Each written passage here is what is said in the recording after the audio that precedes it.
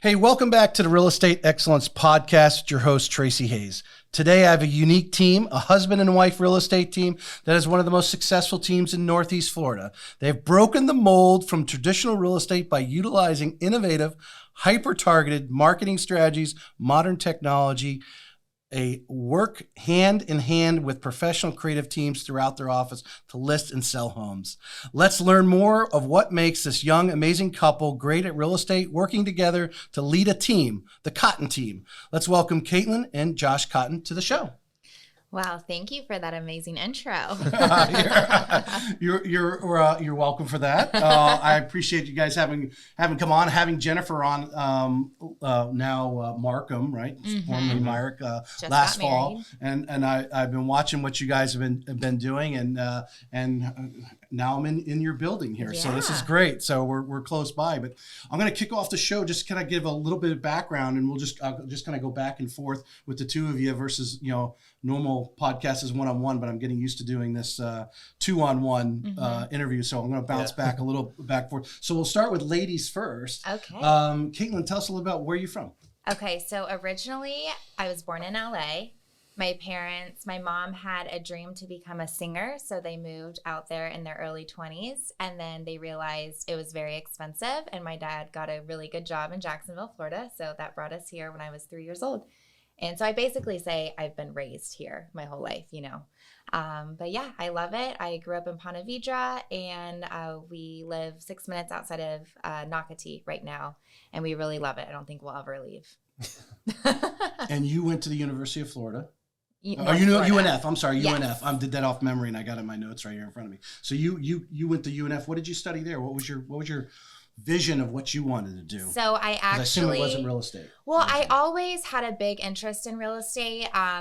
As a kid, I watched, it wasn't HGTV. Do you remember just like the real estate channel? I think it was channel 20 when we had cable. It would just show houses. I watched that all the time. I loved going to open houses with my parents. I would beg them, take me to the open house. Like I loved houses. I tried to be an architect when I was a kid. Like I loved drawings. I loved floor plans. Mm-hmm. But that was like a faraway dream, I just felt like in my early 20s. I don't know why I didn't pursue it earlier than I did, but I actually went to UNF for elementary education. I love kids. I love teaching. I graduated. I was an education major too. Oh, yeah? Yeah. So much appreciation for our teachers, especially during the COVID times. And right now, I mean, their job is harder than ever, but I just learned really quick. I don't think I have the patience for teaching, and I just wanted to pursue real estate. It was my lifelong dream. So here I am. Yeah.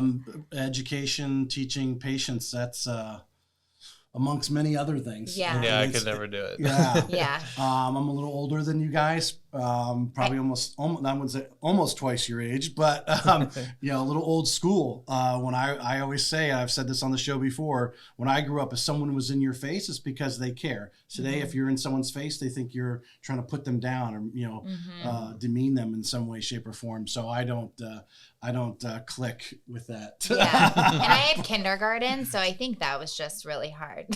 Yeah. Yeah. You grew up with you guys are young enough that the parents, obviously you heard the old stories before. I'm sure while you're teaching, where the teacher called the father, and the father came right in the school and took his son out and whooped his butt. And it's not like that anymore. Yeah, it's definitely changed. Yeah. So, all right, Josh, how about you? Where are you from? I was born in Louisiana. I lived there for about 5 years. And then we moved to St. Louis, Missouri, where I grew up. That's what I consider my hometown. Went to high school there. And then right out of high school, I actually moved here to Jacksonville when I was 19. Mm-hmm. Wanted to do something different. When you start getting a little independence, you kind of want to leave the nest. So I had a friend that just moved to Jacksonville, and we're like, hey, let's come down and check it out. And so I lived here for a couple of years, had fun, but my main goal at the time was to go to school. Mm-hmm. I didn't necessarily accomplish that while I was here because I was living on the beach, but I did move back to St. Louis to kind of get everything back in order. Right. Got in school, saved up some money, stuff like that. So that's where, is it Collin College? If I'm reading that in your LinkedIn correctly? Yeah, so that's from Dallas. So shortly after I got back to St. Louis, I then moved down to Dallas, where I lived for 7 years, and I did go to school there. And then after living there for 7 years, came back here to Jacksonville. Okay. So you guys, I know, are sub 30, at least by my calculations. No? I wish I was. He was a little older. He's a little older. Yeah, I wish I was. Yeah. Okay. I like this game. So, it does. I just look at, when people graduated from college, and obviously you stick around. She did the straight thing. Yeah. All right. So the obvious question is, as we lead into you guys, who wants to tell the story of how we met? I want to know how you captured her, because there's definitely. Okay, well, let's rewind. I kind of captured him. Oh, Yeah. But I think we kind of have like two different perspectives, or maybe, I don't know. Maybe. There always is. So I'll start out and then you can chime in. So I just turned 26. So we actually met April 6th, 2000. It was at 18 or 2019? At 7:32 in the evening. 19.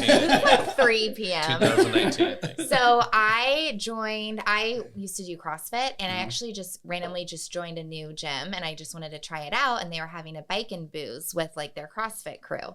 So Josh doesn't do CrossFit. His friends happen to do CrossFit at that gym. So I was at Mellow Mushroom with some girls that I had met at the gym, and then their friend group was behind us being really loud and obnoxious and gave us pizza. But I was like, oh my gosh. Well, they could be loud and obnoxious. Yeah, but I was like, wow, he's very attractive. He had like a tank top on. He was showing his muscles and his tattoos, and he offered me. I did see some pictures on social media with his guns. He's tatted. Yeah. He's got some nice muscles. So he offered me some pizza, and I was like, yeah, but I was like, wait. And then he just turned away, though. And I was like, wait, hold on. A way to a girl's heart is not through drinks, it's through food. I'm like, you're not gonna hit on me, like, or talk to me. Oh. Well, to rewind, our friend, I had to work, so I got there way later than everybody else, but our friends have obviously been out all day. His friends were a little sloshed. So they ordered multiple pizzas and didn't eat any of them. I mean, 3 huge pizzas, so I started just giving pizza away. So I wasn't special. He just gave everybody pizza to, they were behind us. Like, you guys want some pizza? Okay. That's how it started. That's what opened up the conversation. So then I was like, wait, you're very cute. What's your name? Let's talk. We actually played an age game. I was like, because he was like, how old are you? And I was like, how old do you think I am? And he was like, 26. And I was like, yeah, I actually am. And he was like, how old do you think I am? And then I guessed 30. And he was like, good guess. He wasn't 30. And I just changed the subject. But for about 2 months, I thought he was like a lot younger than he was, which the age thing isn't a big deal at all. But birthday was coming up, and I was like, finally I said something. I'm like, oh, I'm turning 35 this year or something. She's like, wait, what? I thought you were 30. Surprise. I mean, since we're on the relationship, my wife is 7 years younger than me. Mm-hmm. That's our age gap. That's our age gap, yeah. And, well, would you say you're way she's more probably mature? not listening, but she probably is a little more mature. I mean, isn't that, the kind of thing with the girl, because if he was 26, he probably...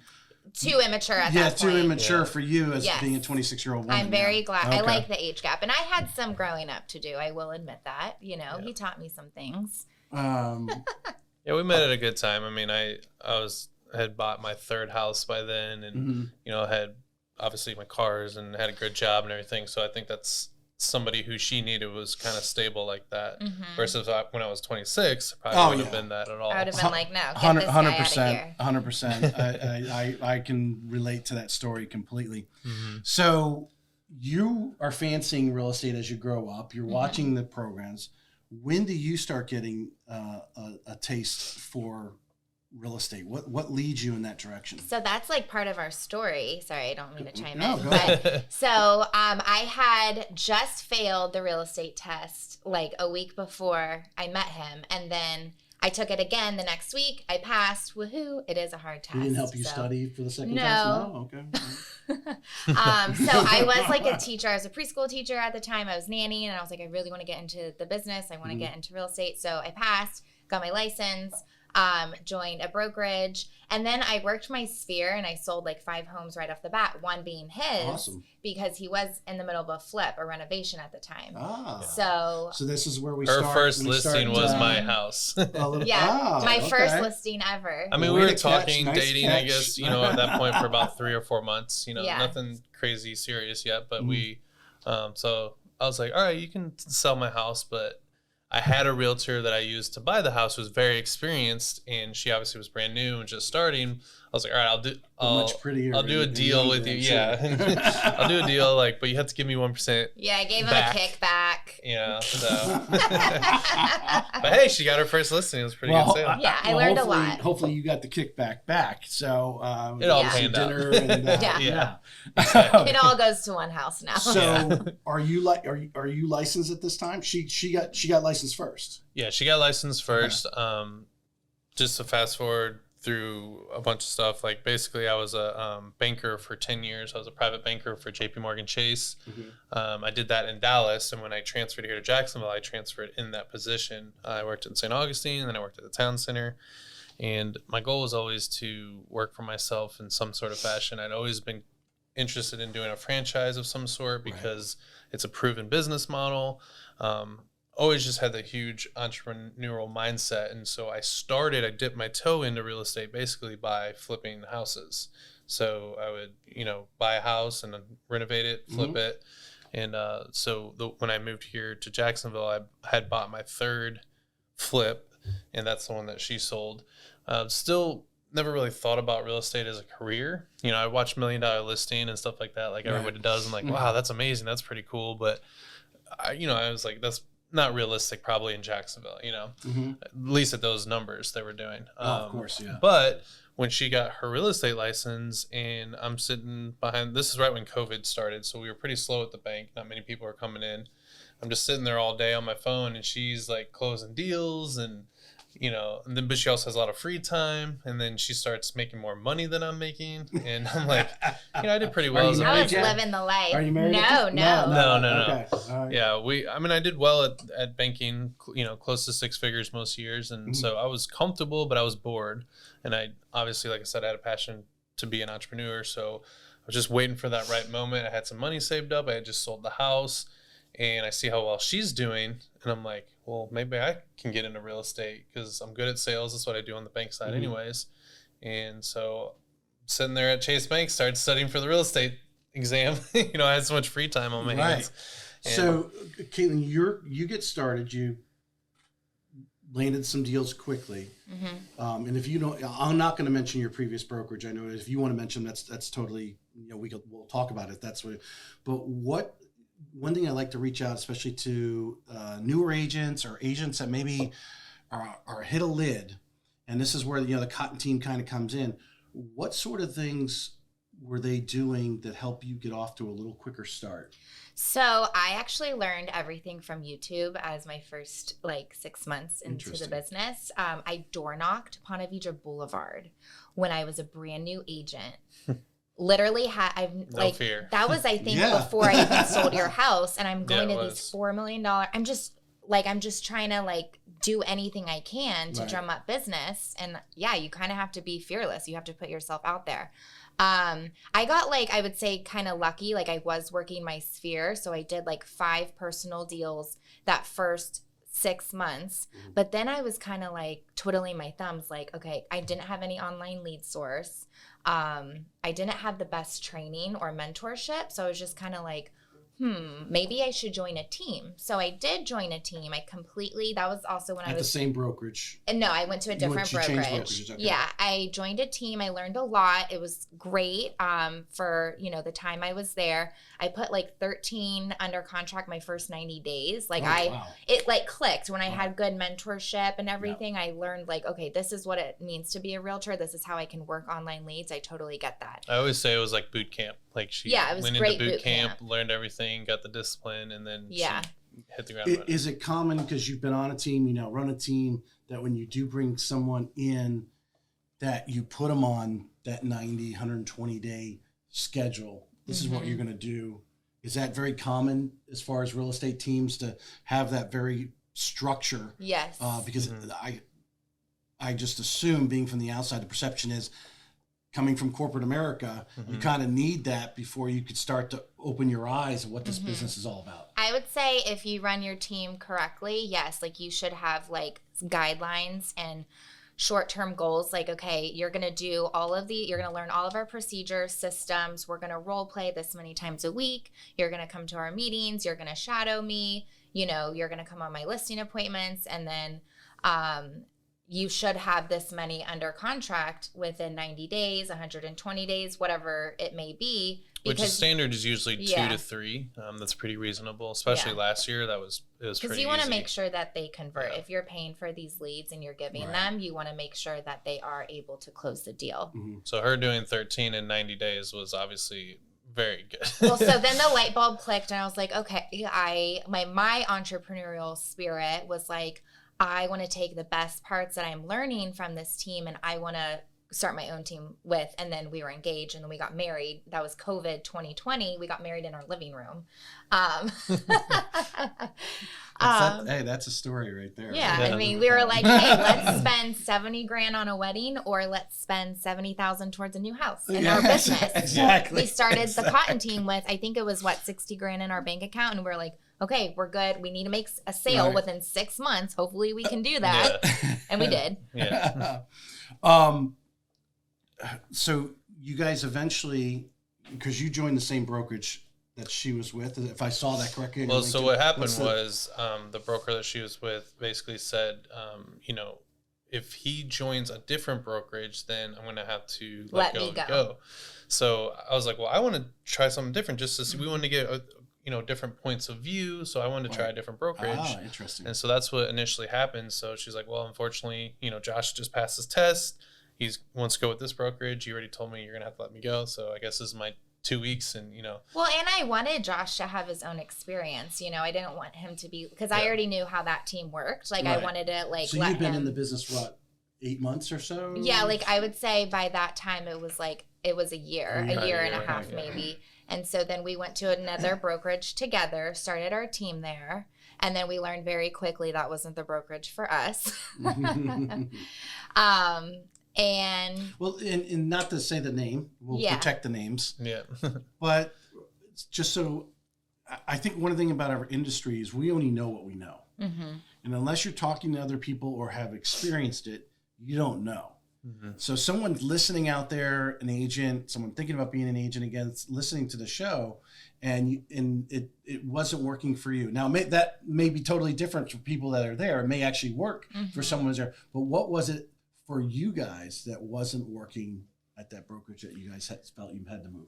I think they just weren't up to date with what was going on in the market, and we needed that guidance, and the market pivots, and so we need to pivot our business structure and what we're doing. And it was just really old school tactics that they were preaching all the time, and that wasn't necessarily what we wanted to do with our business, the way that they sourced leads and everything, and we wanted just to go a different route, so it just wasn't an altogether good fit. All right, I'm an old dude, so what's an old school way versus the millennial? Hey, I'm gonna call Betty, my best friend at tennis, and Betty, every 3 months I'm gonna call you and you better give me a lead.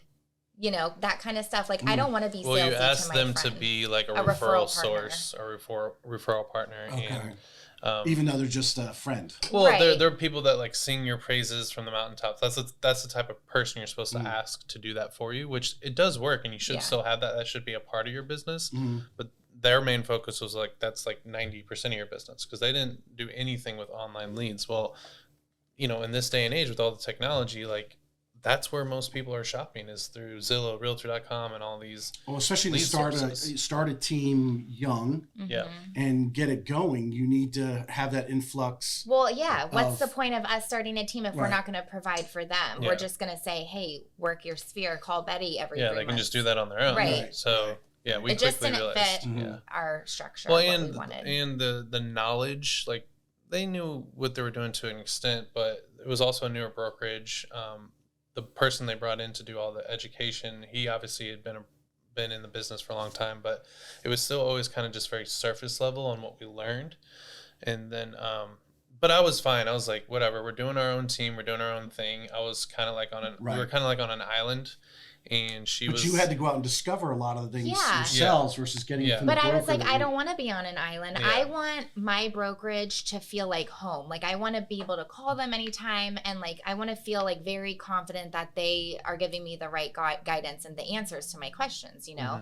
So then I'm like scrolling on Google. I'm like, I didn't want to go to a big corporate, you know, brokerage. I wanted to go somewhere like local, maybe like a boutique brokerage with 100 agents or so. Like the number didn't matter to me. I just wanted that like family community feeling. Well, you want to put on I call it putting on the jersey. You're on that team. You're going to wear that name, that label, and you're going to represent. And you want to be proud of what you're representing. Exactly. Yeah, you're not embarrassed to be. And I wasn't, very proud of the past few. So, Right. Well, and I guarantee this is not the only brokerage out there like that. So as young people, you grew up with technology. Were they talking about social media? Because this is only 2 years ago? Right? Yeah, they were big with social media. Social media was actually in the play a little bit. It just wasn't like online leads, which is like what I became really good at and I wanted to implement in our team. So it just like... That's what she learned from her brokerage, like that I called the boot camp.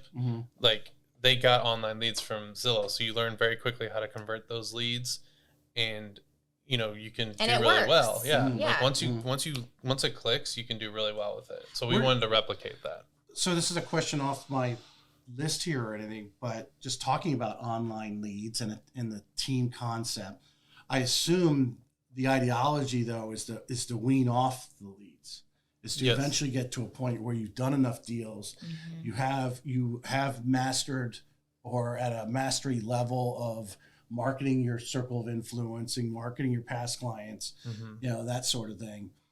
How long? I mean, because you guys probably listen to this stuff. At what point are the pros telling you that someone should eventually, you know, after so many years, they should be on their own? Is there a number for that? Or time for that? So, I mean, there's a top producer in our brokerage, Erica Jala. She's amazing. Love her. Yes. She does a lot, like 40, coming on the show, I believe the 31st. Awesome. She's a good time. She does 40, 50 million a year, and she still pays for Zillow just because it's extra icing on the cake, you know? She has the bandwidth to handle it. Yeah. It's just a pillar of your business. It's not all of them.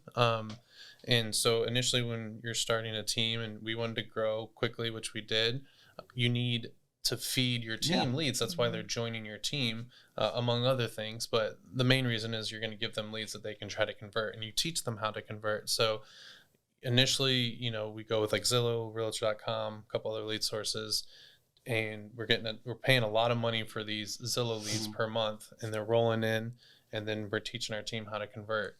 Now, once they get to a point where they've converted 20, 30 leads, they now have all these like referral sources, as long as, you know, they had a good transaction.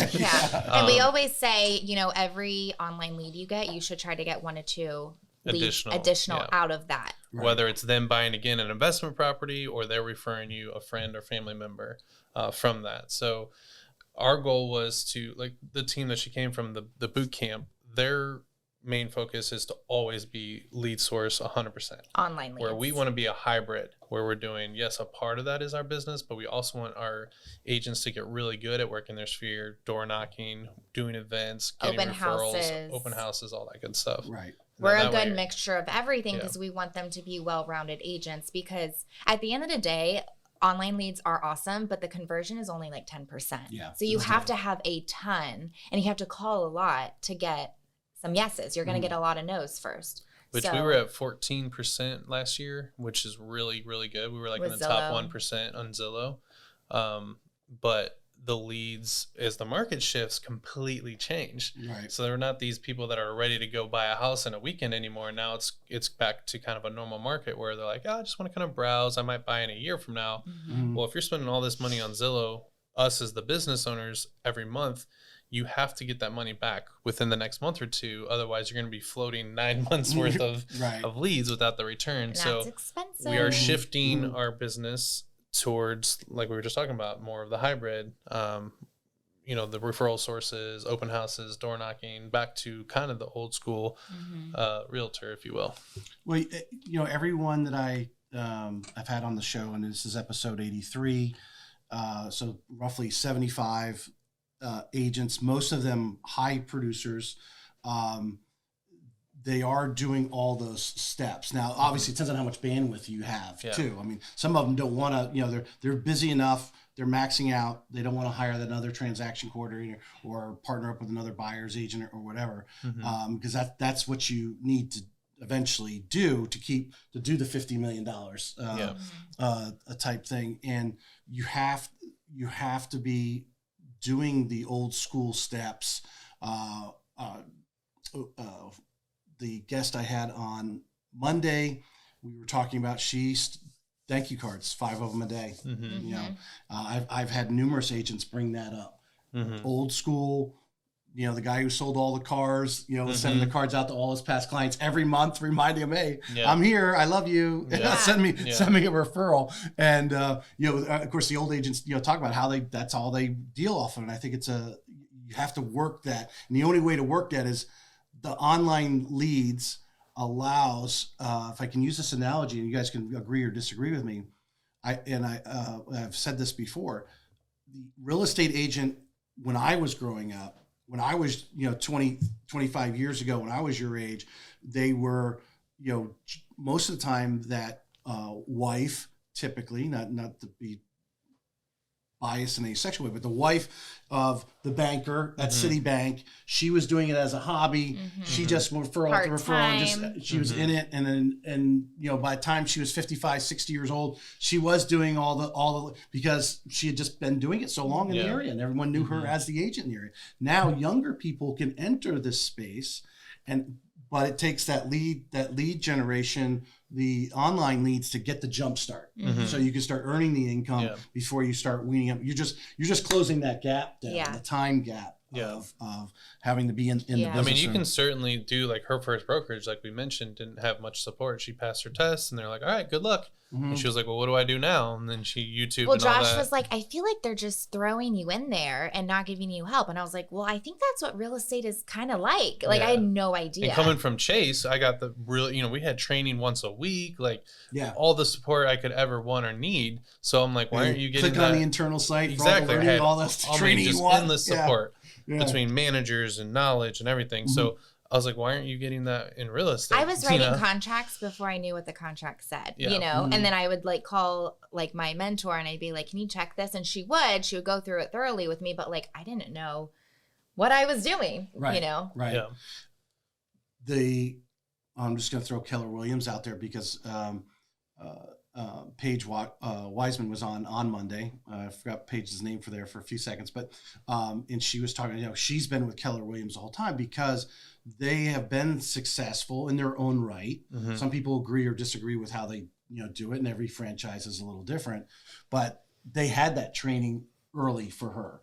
They had that structured environment. Now, of course, she caught on, I think, quicker than most because the time period that she was talking about, I know a few agents in the area that are really great that started about the same time prior to the 2008 collapse, but they had that. But yeah, like you're saying, why don't they have those internal sites? And it takes a Keller Williams, the financial input into it. And that goes back to what you're saying. They just throw you out there, and and they know 80% are you going to fall out. It's like, are they waiting for the 80% to drop out and then start teaching you? What are they waiting for? Why are they waiting for? I think a lot of those brokerages charge not all of them, but some of them charge office fees or desk fees. And so at the end of the day, they're not really concerned because they're going to get their and not everyone is a natural born leader and a mentor and doesn't see the full picture. They're just wanting to start a brokerage and then put people in place, but maybe they just didn't think about all of the systems and procedures that needed. And then how the support got to them, which kind of goes into a little bit of the next couple of questions that I have is for you guys. You've been in the business just a few years, but you have a team. You're leading people. What are you guys? And maybe it's a little different for each one of you. So each of you comment. What are you doing to keep yourself ahead of them so you are leading Mm-hmm. the people that are on the cotton team?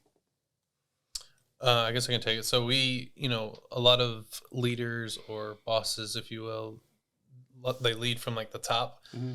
We like to say we're down in the trenches with them. I mean, we still go door knocking. We still do the events, open houses when we can. We're still very much selling, day to day. So we're in the trenches with them. So I think part of that is they respect us because we're not just telling them what to do and then just going and laying at the pool all day. You don't have 10, 15 years of doing $50 million. Yeah. So we're still very much very active in it. We try to do everything by example. Everything that we preach, we do, and it works. And they see that like, oh, what you just told us, you just did, and it worked. Mm-hmm. So then they're more inclined to like, okay, I'm going to really listen and do what you're saying. And that's why some of our agents have really excelled because they do exactly what we say. So interesting. So obviously you've been in corporate America with Citibank before. Chase, I'm sorry. Yeah.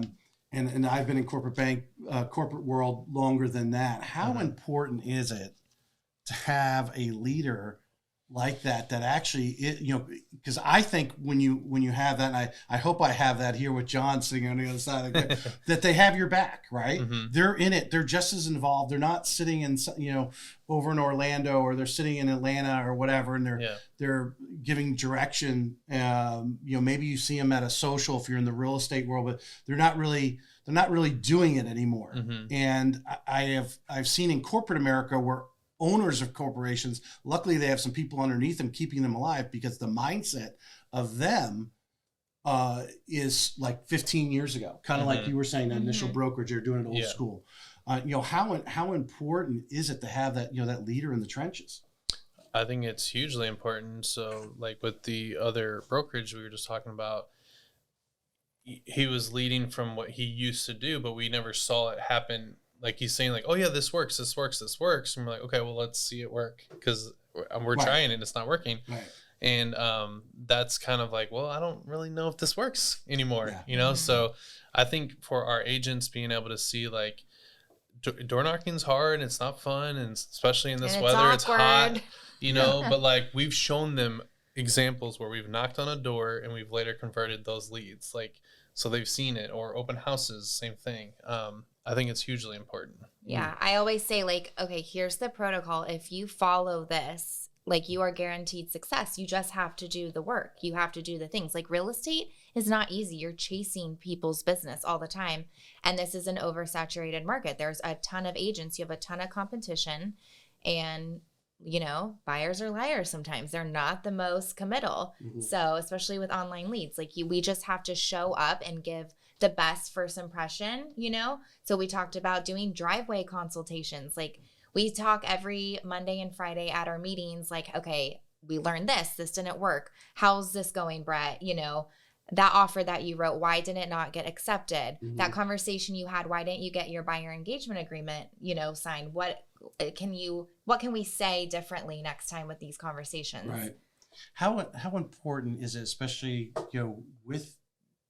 I think anyone, doesn't matter how old you are, you have to be consistent in what you're doing in our business, whether you're on the loan side or on the agent side. You have to be consistent. And the reality is you only need a few deals a month to be pretty successful and do really well. But I'm more of I'm focused on like how many units, right? Mm-hmm. I'm not focused on the volume or, what my check will show up on the day it's supposed to get paid, right? I'm not focused on that. Mm-hmm. I'm not counting that, but to keep them focused on keeping the main thing. Mm-hmm. And like I said, door knocking, like how many doors you're going to knock on to eventually people are going to answer. And you may only have to do this for a year or two. And all of a sudden you're going to have enough clients that they'll be calling you. Mm-hmm. Yeah. What do you do to keep them focused on that?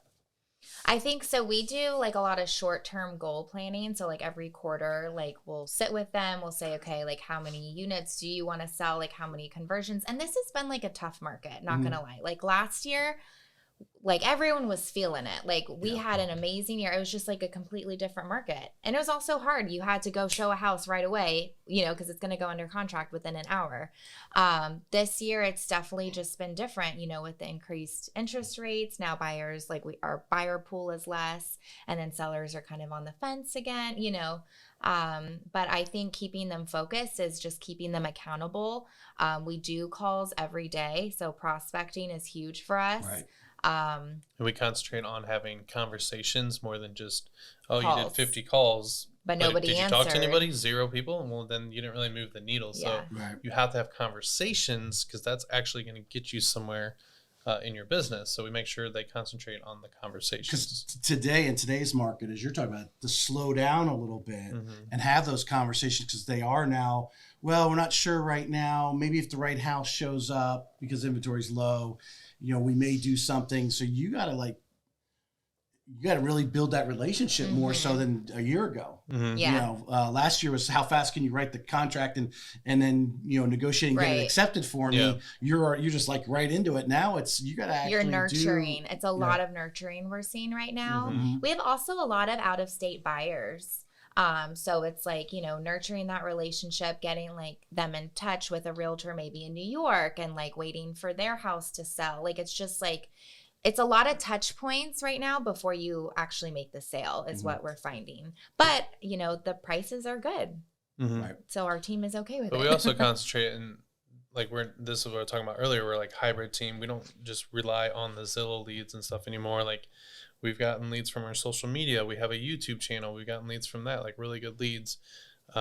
So we try to have as many different channels where leads can come in, because maybe one comes from here, one comes from there. It all adds up to 3 or 4 for that month. You're having a good month. Right. You know, if you're only relying on one channel, say you took Zillow out completely and you're only relying on referrals, yeah, you may get 1 or 2, but why not have a lead source on this side so where you can get 3 or 4, 5 or 6? So I think that's really important to have all those buckets.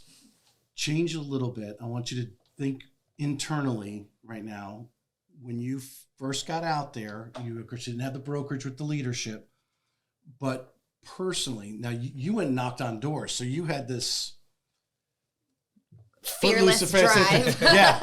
You know, that takes a lot. I mean, Yeah. someone says they knocked on doors, that's a lot. Or, you know, even the true cold calling type of stuff. But what internal challenges did you have to overcome, whether it was just a maturity growth, a mindset, when you know, in that first year? What are some of the personal, if we want to call them mental challenges or growth challenges you had to? Well, I think just always being like, am I doing the right thing? You know, I had someone looking over the contracts for me, but like, you know, when you're in front of someone and they're asking you questions and like, this is your first few transactions and I don't really have someone to call, you know, just like kind of like second guessing myself, I would say. And also just like the inexperience I had to. So I'm going to throw that back at you from this. So knowing that someone's a new agent, they're watching right now, or they're listening to this podcast 3 months from now, they're dealing, or, you know, they can envision them having that same challenge. How are you doing it now as a leader? So I take that girl that just got licensed, had like no direction, and I'm in their shoes. And that's how we really structured our mentorship, our boot camp. You know, like, I'm not going to let you go show a house if you haven't shadowed me, or we have them write 5 fake contracts and read the contracts like 6 times. And we ask them questions and we have them explain the contract like as if we were a buyer. We do a lot of role play with our agents. So just getting them ready for the real world. And yes, they're going to learn a lot when they're actually out in the field, but we want to set them up for success where they're like, oh, I did actually learn this like last week from Josh and Katelynn. They told me about this, you know. How, you know, that's a common theme of the top producers, is that contract and knowing it. And I think I had somebody that talked about how they actually wanted to be able to turn it and like they're showing a customer and be able to read it upside down. Yeah. And know where, or someone says something about whatever, and they go, oh yeah, that's on page 2, line whatever. Well, and right? we teach that, like, you want to go over the contract with them in that initial consultation, because when you're writing an offer, you don't want to be on the phone for 2 hours explaining what each thing says. You want to get the offer in, you know. But yeah, the worst thing the first offer you wrote was like took you 2-3 hours to do because you had no idea what you're doing, Right. which is fine because you weren't taught. Right. But like now, all of our agents, we can write an offer and be accurate within like 10 minutes or so. Yeah. Right. It's because we know everything that's on there. We know everything we need to do. So, But also when you're, you know, doing the consultation with the buyers, like when the agents are actually out in the field, we do like a first greeting consultation. We try to, at least. Not every buyer agrees to go have coffee after a showing. A lot of times they just want to see the house, especially Zillow leads. But that's why we do like driveway consultations. But we give them our buyer's guide. We ask them like what their goals are. We just really want to like get that relationship started and show them our worth, so they don't just go back on Zillow to go tour a house with another agent. So yeah, the worst thing that happens is like if your agent doesn't know the contract and they're like, what does this mean? And then the agent's like, you know, like, let me look at that paragraph again. Like, wrong. we don't want that. Yeah. How about you, Josh? What were some of the challenges? Because obviously, I think women have an advantage over us in sales. As far they don't know they have it, but they do. Yeah. Yeah. What challenges did you have? Well, I think a big thing for me, because I've always been very outgoing, very social networks, everything like that. So being from St. Louis, I have a huge network there. I had a ton of friends. Like, I always think like if I would have started real estate in St. Louis, like I probably would have hit the ground running because I had my you had people to talk to everywhere. Yeah, I had circles and spheres everywhere. And then even in Dallas, I had built up being there for 7 years. So here, being in Jacksonville, I'd only been back for like 2 or 3 years, which is still a decent amount of time, but it's like it's not a lifetime. If like you grow up somewhere, you have area. That half the people you did meet in the 2 or 3 years probably did move somewhere. Well, the reason I moved back here to Jacksonville was because all my friends were here, and as soon as I moved back, 3 of them moved away. I'm like, okay, so yeah, I mean, everybody's moving around, especially in this day and age. Like a lot of people can work from home, so they're remote. They can move all over the country now. So people are coming and going a lot more. So yeah, your network, you always just have to be out there networking with new people. Because if you don't have that, then that's a big referral source you're missing. So how because I've had some top agents on and a couple of them regret not digging into their circle, their personal circle, quicker from the get-go. Yeah. So how important is it, or what are some of the things that you guys do to not your past customers? I mean, because that's but just your friends, because we have to remind them what we do all the time. Yes. Unless we're like hanging out with them every weekend, they don't remember what we did half the time if you haven't seen them in a few months. Well, I mean, we're big on social media, so all of our friends follow us there, and I think we post at least once a day. And Katelynn's really good at, like, you've closed so many sphere leads. I have. And there's some that obviously always fall through the cracks. But she's closed a lot. Yeah. Like a lot of our just regular out of nowhere deals just become like, oh, so and so reached out to me, or I reached out to them just to say, hey, how's it going? And then they close a deal. Social media has aided that top of mind thing. Do you guys do anything else? You try to get everyone on a birthday card list, or your big Christmas cards? I mean, how regularly do you try to touch them? Well, so for our past clients, yes, like I send flowers on their like home. What do you call it? Home anniversary. But that is on our to-do list, is to like actually send them like, so that's something we want to get better at. We want to get more consistent at, because we do it, but again, a couple have fallen through the cracks. We get busy. Well, last year I wanted to drop off, I think this is such a great idea, like pies for like Thanksgiving or Christmas, something cute to like all of our past clients, but I was like 9 months pregnant and I was just not feeling it last year. But I do want to do that this year. But it's really now we can bring our important. baby and be like, it's really important to like touch those past clients, because you never know like if they're going to give you, they will give you a referral if you're top of mind to them, so it is important, and you want to show your appreciation, like they helped you close a transaction. So. Well, even in something as simple as we have a lot of good systems in place. We use Boomtown, which does a lot of the hard work for you. You can set people up on 2 to 3 year drips, and it'll automatically go out on an email that you typed It just goes out in timed intervals when you want it to go out. So it's great because, again, you get busy. You have all these different clients you've closed in the past. You can't keep up with everything. So the system definitely helps you. It'll send out an email from you, and then that client responds, and you email something like, hey, you've been in your home for a year. Hope everything's going well. Hope you still love it. If you don't, I can sell it for you, something funny like that. And then they always reach out, hey, Josh, yeah, thanks, loving it. Everything's going great. Actually, you know what? I've been thinking about getting into investing. Great, let's meet and get coffee. And then that's, a lead, or that's where you get another lead from. Right. All right, I'm going to change gears just a little bit and really let's focus on the Cotton team here from that standpoint. You guys were young. You moved to the brokerage. He gets licensed. You go to this brokerage together. Now, at that point, was it just, hey, because you're married at this time, right? We're married. You're Just got married, yeah. So you're just like, oh, well, just the two of us? Or at that point, you were like, hey, we're ready to start recruiting agents and so forth. What was that mindset? Because I want to kind of build the story of what you guys were thinking.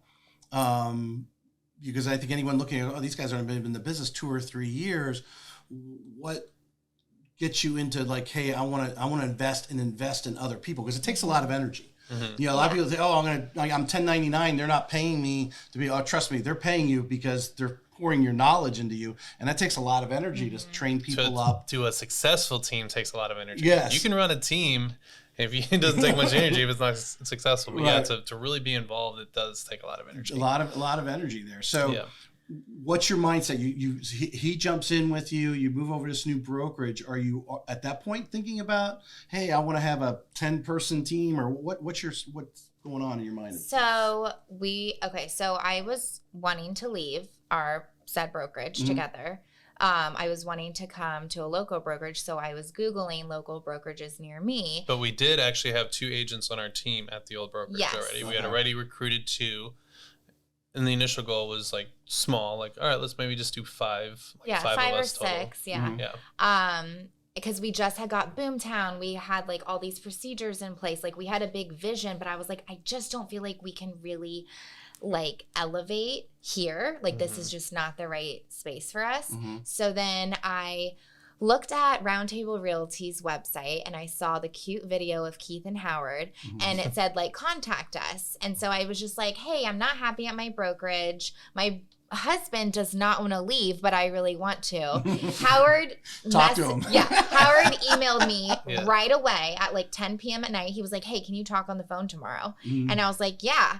And so I had a conversation with him, and Josh didn't really know at the time. And then I was like, I really want us to go meet these brokers. They just sound so genuine. They sound so knowledgeable. They're people before property. I love that little slogan.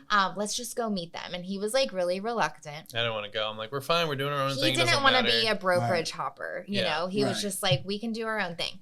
No, this was like totally game changing. Just like the 2-hour conversation we had with him, he taught us so much and opened our eyes to like all of like the technology they use here, just like the marketing, like just the programs and things that we could do for our clients that we just had no idea. And Josh was like, holy shit, okay, I'm ready. Sorry, I don't know if I can cuss. But he's like, it's a podcast. He's like, yeah, I didn't want to leave, but like now I'm 100% sold. Well, it was just simple stuff that like you should know in the contract, or you should be taught at our old brokerage that we weren't learning, that he would be like, oh, well, do you know about this? And we're like, no. And you'd be like, do you know about this? And we're like, no. And he's like, well, do you know about this? And we're like, no. We're like, oh my gosh, my eyes opened up. I'm like, we don't know anything. Yeah. And I'm like, if we're going to lead 100%. A team, we need to know our stuff. So you need somebody behind you, like a brokerage that's really way more knowledgeable than yourself. Right. Because that's who you're going to use to lean on.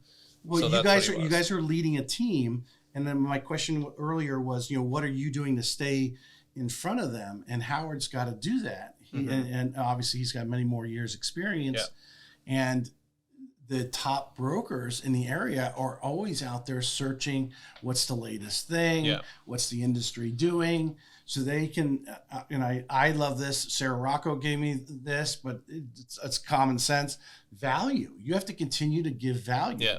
So him giving you guys value, you saw value coming over. Right away. And then that value has to translate from you guys to, the peeps that you're leading directly. I think he just gave us the fuel we needed to really take us to the next level. Like just their energy, their knowledge, everything. Like they just believers of us. Like it all just helped us. Like, okay, let's do this. And we like buckled down and like really refine our systems and make sure we had everything in place. And then we do a lot of behind the scenes. Like you're asking, how do we stay ahead of our agents? Is we're listening to podcasts every day. We're reading. We do everything like tons of knowledge as much as we can every day, every week, and then we apply that with ourselves, and then we're like, okay, that worked well. Let's then now tell this to our team.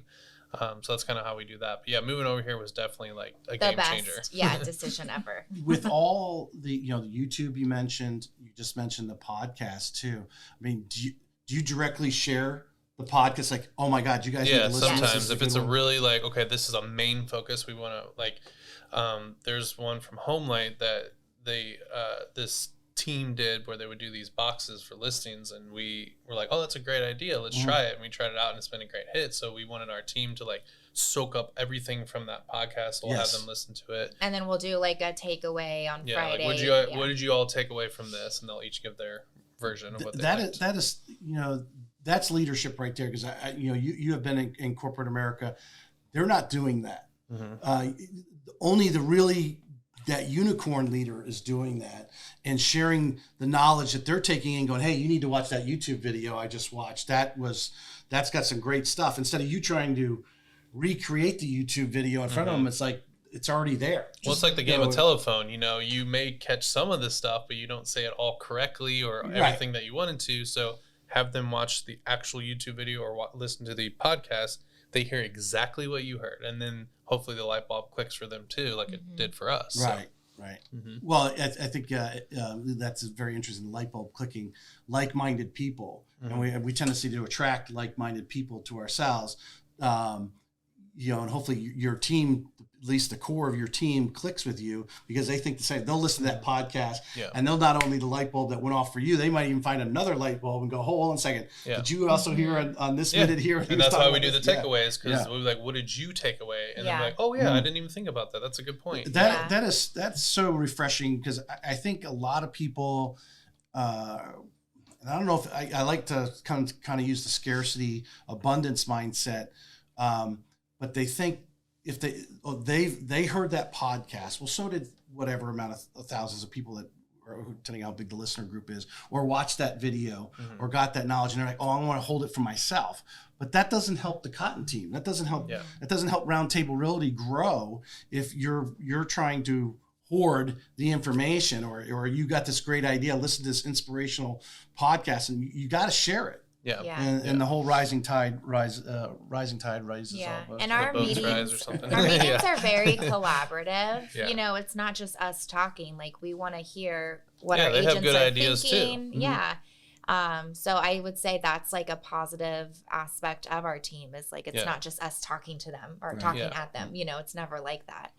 Kind of on the same subject, one of the common themes is hanging out with successful people.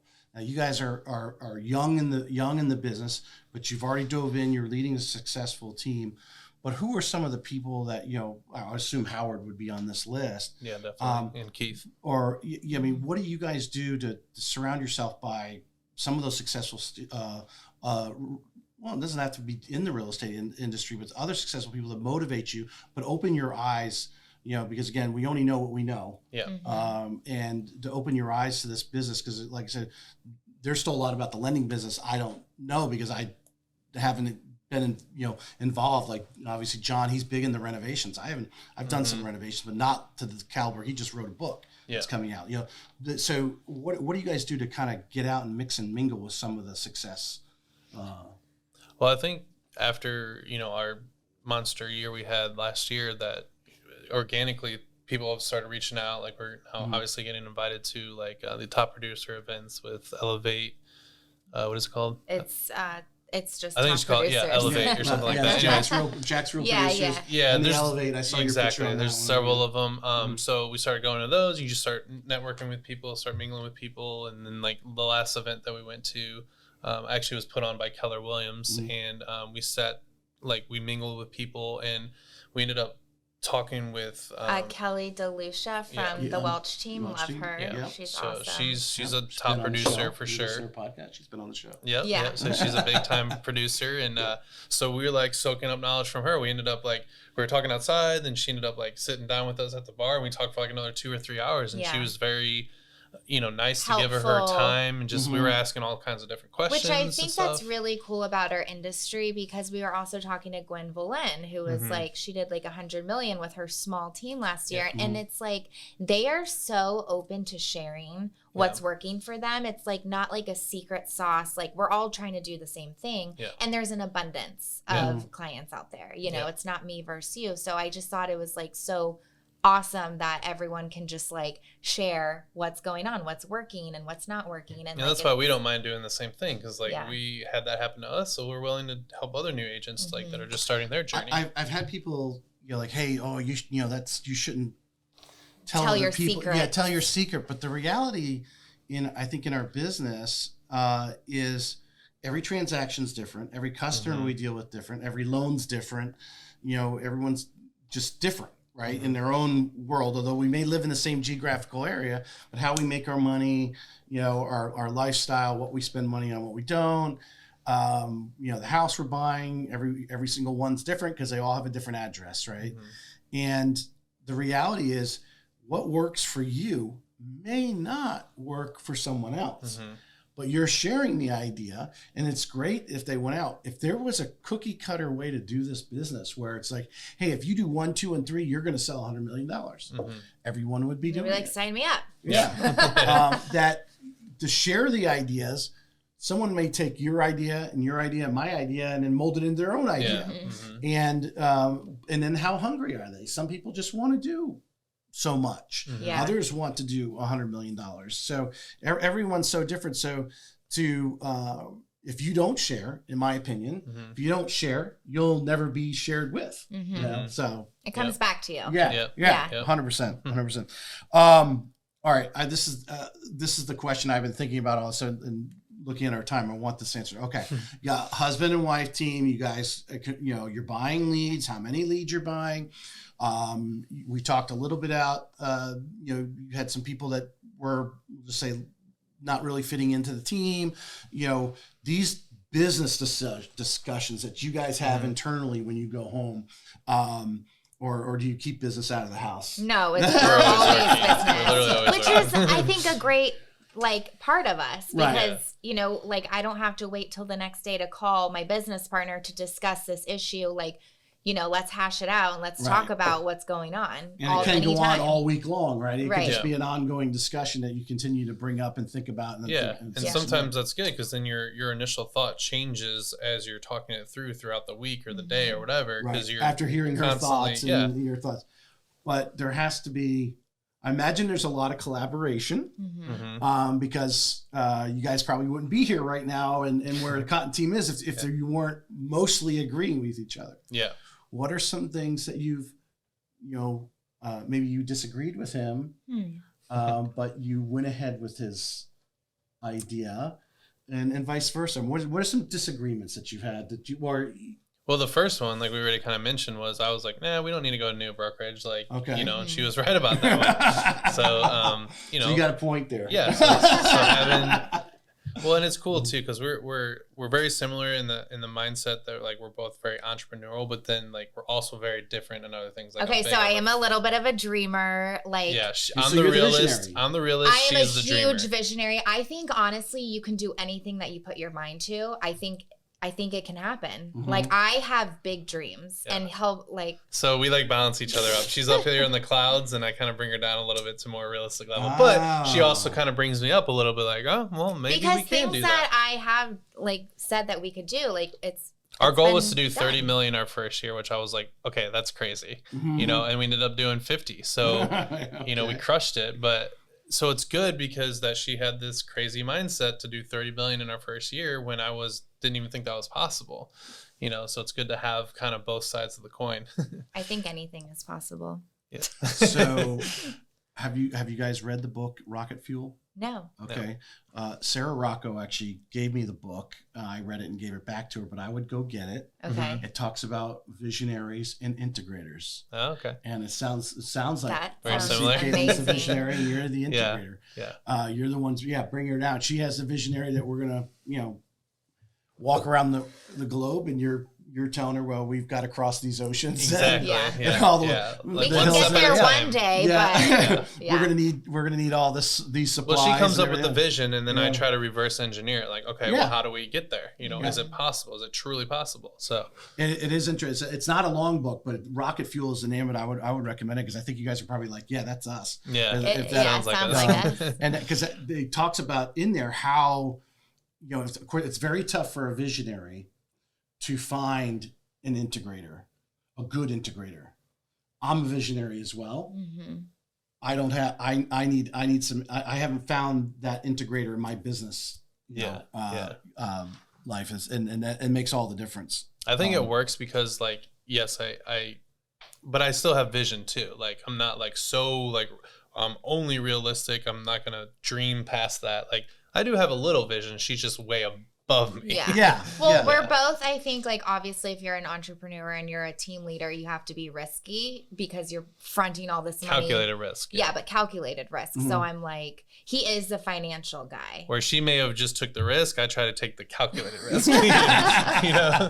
Well, the importance is both are very important. Yeah. Yeah. And it's We the complement each other. compliment very well. exactly. Exactly, Collaboration is so you guys like to meet on Monday and Fridays with your Mhm. team, from what I understand. Yeah. They're not. I mean, what do you guys meet for an hour, or you try to keep it short? Typically, I mean, what do you try to get out of it? Because obviously, most people are like, oh, we meet once a week, or some of these brokerages they don't even meet at all, Mhm. Yeah. which I see no value. What's Yeah. the point of being on a team if you're Yeah. not meeting with your team? Yeah, I mean, you have to have some sort of personal accountability Yeah.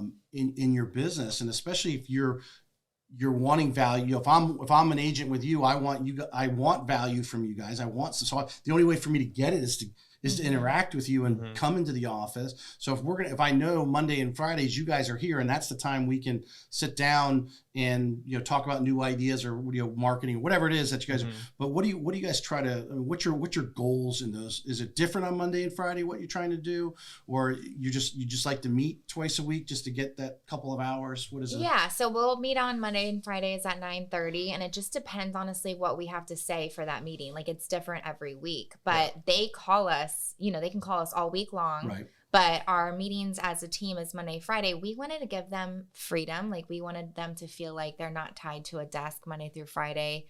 Like, They're all adults. you yeah, know? like they Mhm. can prospect at home. They don't have to be in the office, but yeah, we do encourage them to stay for a couple hours in the office. Like, most of them stay till 12 or 1 on Mondays and Fridays to prospect together and just to, have your friends around you. All of our we feed off agents each are other's super energy. If someone is friendly. having like, man, I just had 2 great conversations in a row, they're like excited, and it kind of just feeds off onto with the other agents. Mhm.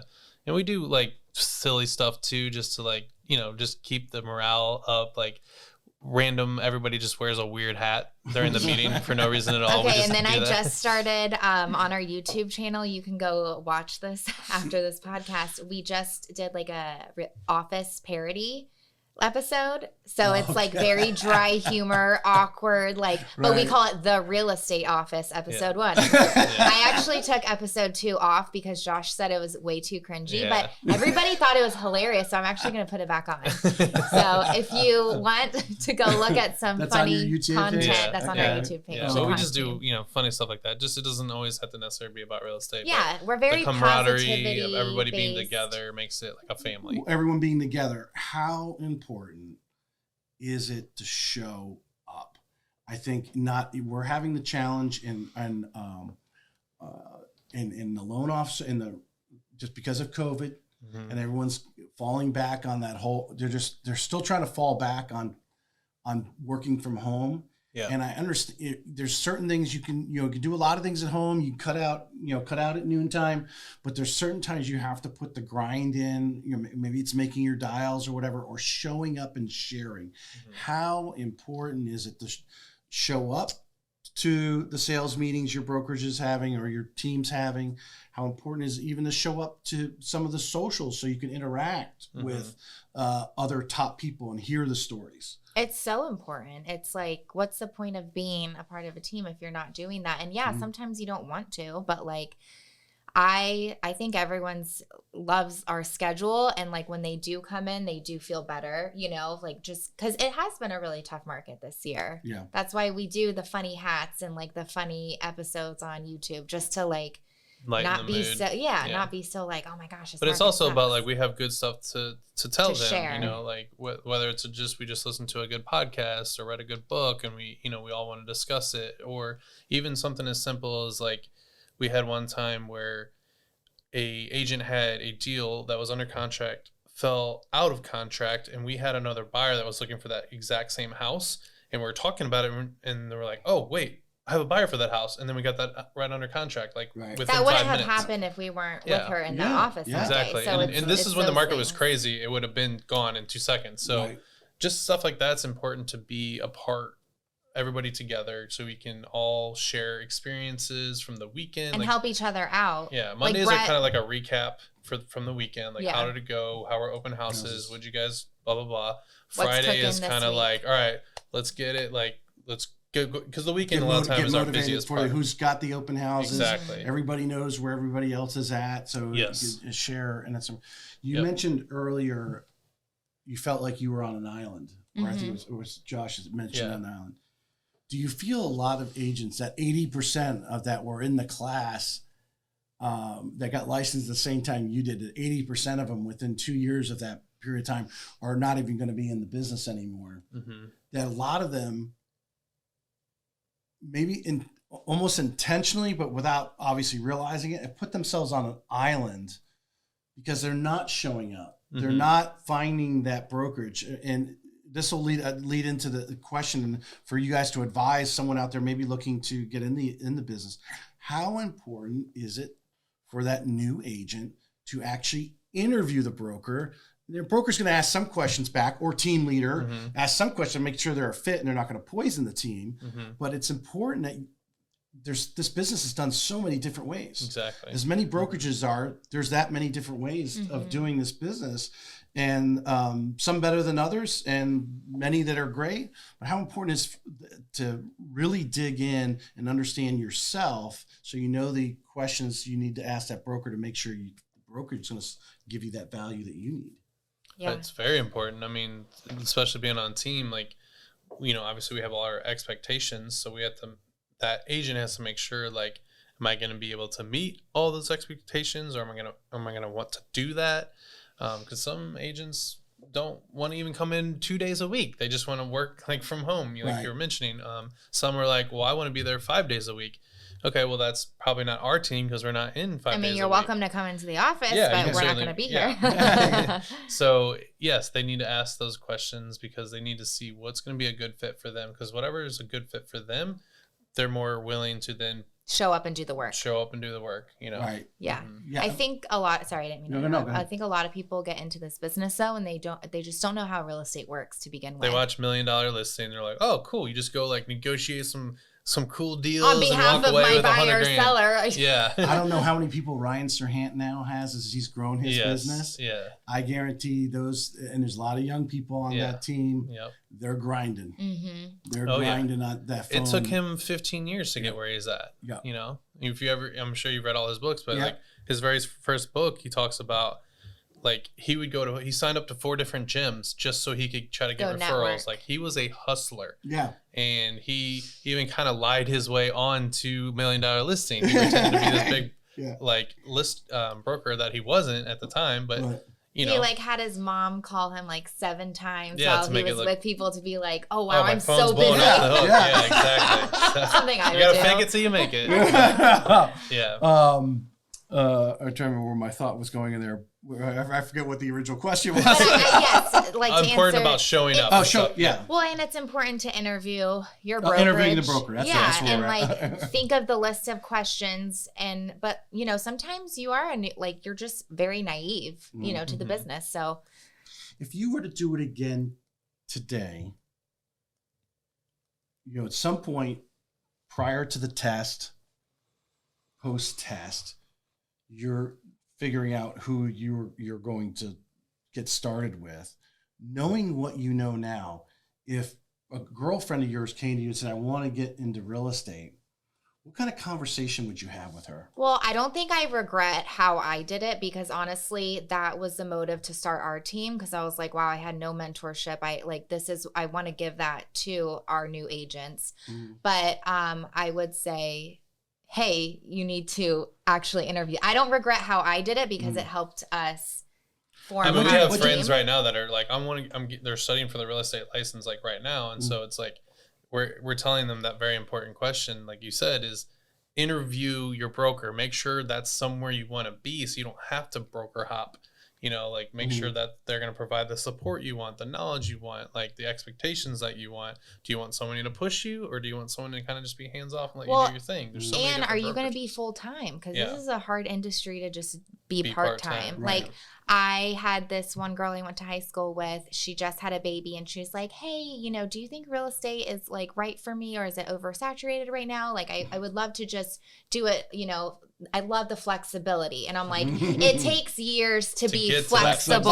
Like you got to hustle, and I don't know like if that's what you can do right now. I don't know your situation, but like I don't sugarcoat it. I have a note saved in my phone. It sounds a little negative, but I think people think real estate's so easy, and I just tell them the truth. I'm like, no, it's a hard industry. You don't get paid until you close. You don't have health insurance. Like you're driving around town. Like there's a lot that goes into real estate that people don't realize. But also like we wouldn't do any other. But also else. You can get a great big paycheck at the end sometimes. So when you meet these clients who are amazing, and you have lifelong relationships, and you change their life because you help them get their dream home when there was 10 other offers on the table, and they couldn't have done that without you, Some brokers are good at newbies.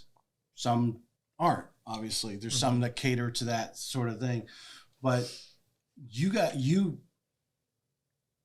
failed. I'm going to say you failed, but the failure wasn't you weren't with the perfect brokerage to begin with. So you failed to find the brokerage that you needed to be with. That an agent, a girlfriend starting today, what they need to learn about themselves, what do they need to sit and take a week or month or whatever and dig in to themselves? Because even at my age in changing lenders that I have recently, I had to dig in and say, how do I want to run my business? How do I want my business? I have 17 years of experience.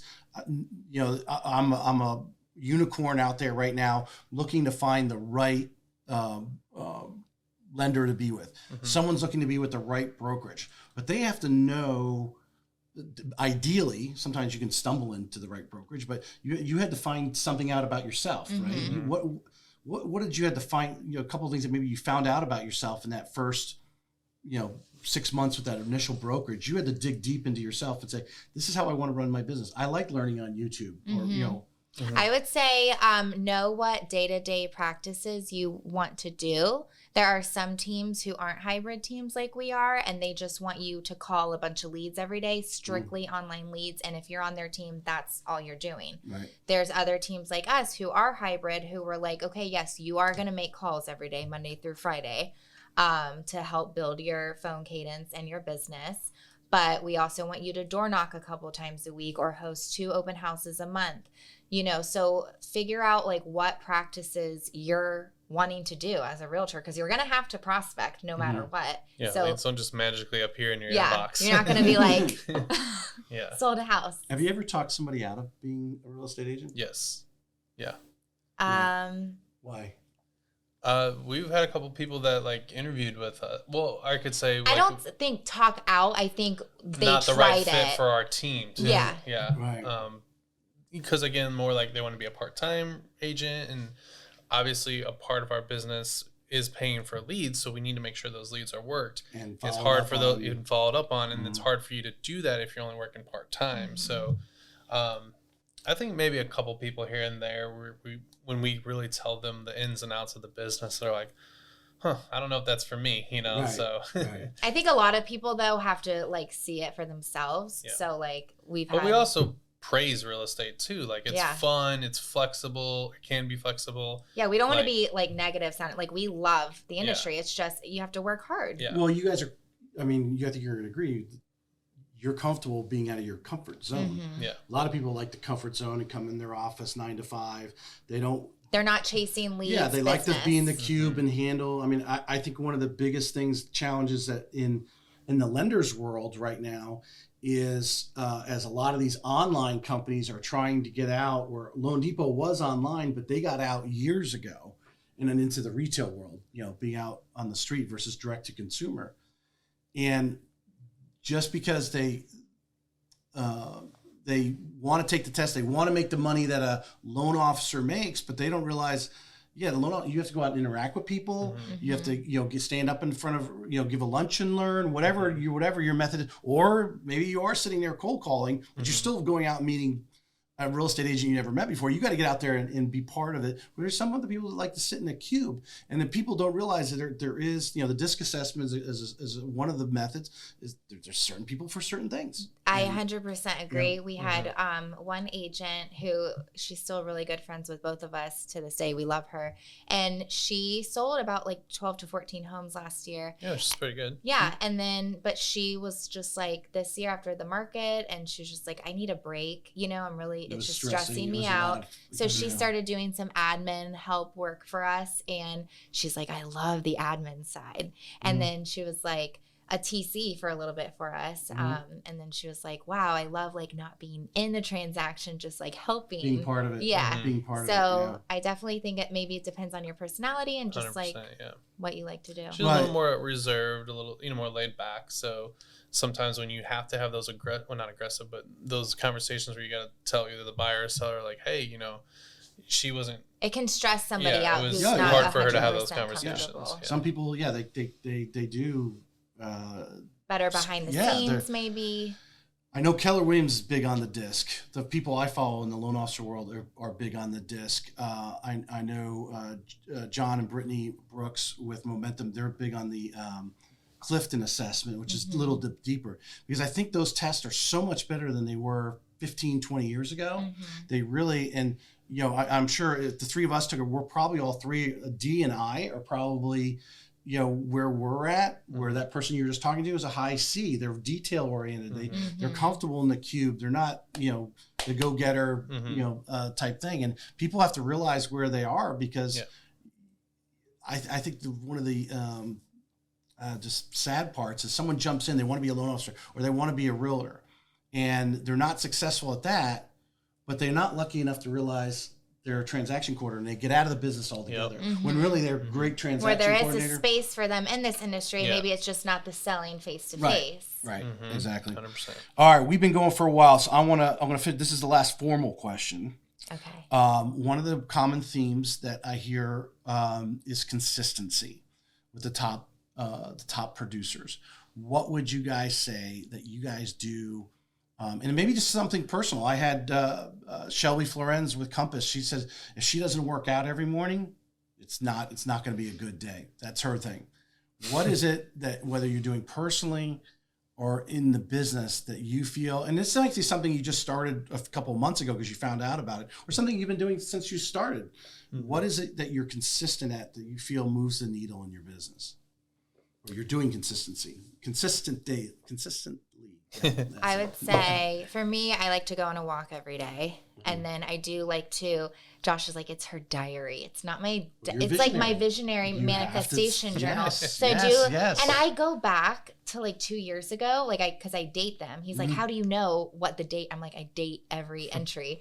And I'm like, everything that I write happens. It's like coming. She's big on manifesting. So I like to do that. And then, that's one thing I talk about Rockefeller. The visionary needs time for their brain to start sorting all those thoughts. And then, bring up the ones that, I call it like a brain dump. Like I just write out, like it's not like Dear Diary, this is what's happening today. It's kind of just like my John thoughts. was a jerk today. Yeah. It's like maybe like some hot leads I'm really focusing on. And then like maybe things I want to talk to about our team. And then like, work related stuff or getting pregnant again, anything. All right. So you're consistent with your journaling, your thoughts. You take a walk to help you to help you I need movement. start sorting those things out. Yeah. Some kind of movement every day. Same. I like to try to work out, at some point during the day. It's not always in the morning, but getting to work out in. And, I think we're both very into the fitness, and that's a big part of why we connected was through CrossFit. I wasn't doing CrossFit, but I was doing other stuff. I would say yours is also you listen to a podcast every day. Well, that was, my second part of it is like at some point of the day, I have to listen to a podcast, watch a YouTube. I want to soak up whether it's 15 knowledge. minutes or an hour, depending on book, what you're taking. Anything. I want some new. new knowledge for the day from somewhere. It doesn't always have to be real estate. Sometimes it's just what's going on in the world or about entrepreneurship, because we actually are opening up an F45 gym in Fleming Island. Yes, good thing. So let's drop that F45 in Fleming Island. Yeah, Where's that come on. located? Yeah, Come it sign up. opens in like 2-3 weeks. Okay. So that's been a lot of hard work. We've been working on that for like a year. Is that where you guys live in Fleming Island? No, we No, don't. we live over in St. John's, but It was a good location. Yeah. The territory was open, so we jumped on it. yeah, but so big entrepreneurs, I haven't flipped a house in a couple of years. I want to get back into that. We also want to do investments with real estate, like Airbnbs and such. So soaking up as much knowledge for me from all those different sectors is so important to my day. There's no doubt Monday, Wednesday, Friday, I'm up at 5:00. That's my days to work out. And I'm in there for an hour and a half because I walk for 30 minutes and then train with a trainer for an hour. And how you feel when you come out, your endorphins or whatever from the working out. I think you would agree. And then I agree from the podcast start or reading a book or some sort of knowledge, or even if it's just Steve Harvey with some motivational story. He's so awesome. Yeah. It gets the endorphins. It gives you rises your energy up a little bit. Yeah. And moves you through the day. Well, I was really fortunate in my last job with being a private banker. I dealt with high net worth individuals that their bank accounts had $250,000 or more, and it was an incredible opportunity because I got to meet all these successful people and I got to have direct conversations with them. Like, how did you make your money? And I see their bank accounts, so I know they're telling the truth. Right. I can see exactly what they're making, but that was super eye opening to be able to talk to all these successful people. And they all had the same thing in common was consistency, working hard. They all had their routines that they did. And a big part of them, I'd say 95% of all those people had started in real estate with investments and flipping houses or whatever it may be. Right. And that's what initially kind of sparked my interest in real estate. And then now obviously I'm an agent, but it was just cool seeing all that from the back door, if you will. Yeah. We've gone a little over, but this has been a great conversation. So interesting. Yes, you are. I want to just do a quick call out to our team, to your team, and just say just a couple quick notes. What's important about them. What great things you see in them. So let's start with Kironda. Okay, love her. She has the best vibes ever, best energy. She's so detail oriented. Yes. We tell her, we say hey, this is how we'd like you to close out your leads. Send us this email with this, and this. And from day one, she's always done everything we asked to a T. Everybody else most of the time doesn't do that, but she always consistently does 3 weeks ago. Yeah. So super detail oriented and hard worker. Emily? She's awesome. I could say the same about all of them. They all just fit so well together. Emily is hilarious. You'll see on our episode. She is a very hard worker. She's our newest join, I think. She is our newest join. I will say about every one of them, I feel so confident if I give them a lead, any of them, they will take great care of them. Yeah, that's the amazing thing about this core team. We have gotten a lot smaller because we have had to trim our fat as business owners and how the industry has changed in the market. You want to stay at that 14-15%. You've got to, because you got to get every return on investment. We call ourselves SEAL Team 6 now because it's we've really dialed into kind of the best of the best now, and you can, and it helps you mold in a new person when everyone else is so elevated at a high level. Yeah, and you can kind of plug that new person in. Jennifer, funny. She's a high producer too, as you know. You had her on your podcast. She's always got deals going. And she brings really great suggestions, and she is like a good teacher. Like she'll share her past experiences. And we had her mentoring at one point, but she had so many deals going on at the same time she couldn't do both. So she's a hard worker. She's working. She's working it. Brett. Oh, he's awesome. He's a grinder. He's like every weekend open house. You know. Yeah, he did like 3 open houses on one day. Yeah. And he's so good on the phone. He's so natural, with online leads. Takes great notes, like whatever Howard says or we mention. And he's like, so that's coachable. A great idea. He always has his phone out and he'll record whatever the meeting is. Or they're all very coachable, though. That's why they're on the team. They're all team players.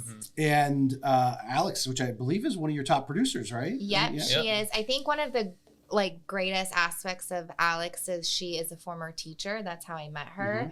So she brings a lot of great qualities from her teaching to real estate. Caring and she cares so much about her clients, and she'll one time when I was shadowing her, she was like, I don't know how to leave a conversation. I'm like, okay, sometimes you just have to after an hour and a half of being with them and just talking about hey, I gotta go. I have another appointment, and she's like, I can't shut it down. I just love talking to them. And people, she always says people just spill their life to her.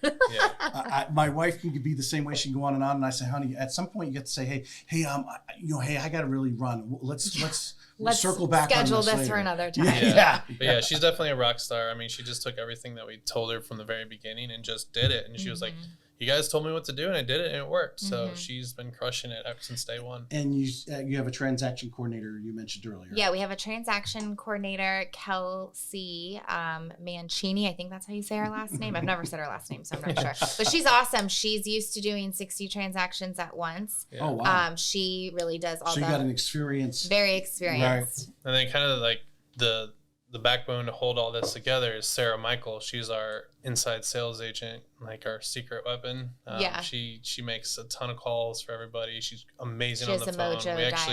So she's someone who likes to sit on the dialer. I think she likes it. She does it. We stole her from Hand and Sewn because we were getting a massage, and she was their salesperson, and she closed us on getting a massage package, and we're like, you're really good. Have you ever thought about doing real estate? To a different price point. Yeah, and that's what I'll say, because we just had put an ad out for an ISA, and I was like, we've never hired someone from online. We've always been organic growth. So we met her in person, and I was like, oh my gosh, you'd be a great fit. Do you want a job? So all our team is just organic. Those are always best. I mean, 20 years ago when I was in telecommunications in a retail store, I went out and found the people. It's the best way to grow. All right, these are my last 2-minute warning questions. Okay. These are kind of more or less rapid informal. What is your most favorite thing to do in Northeast Florida, Josh?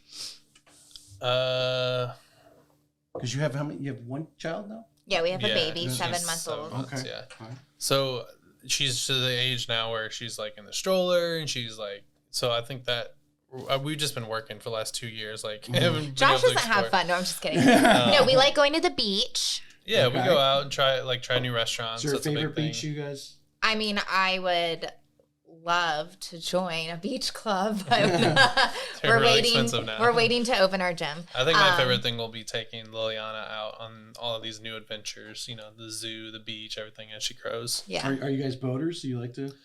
Yes.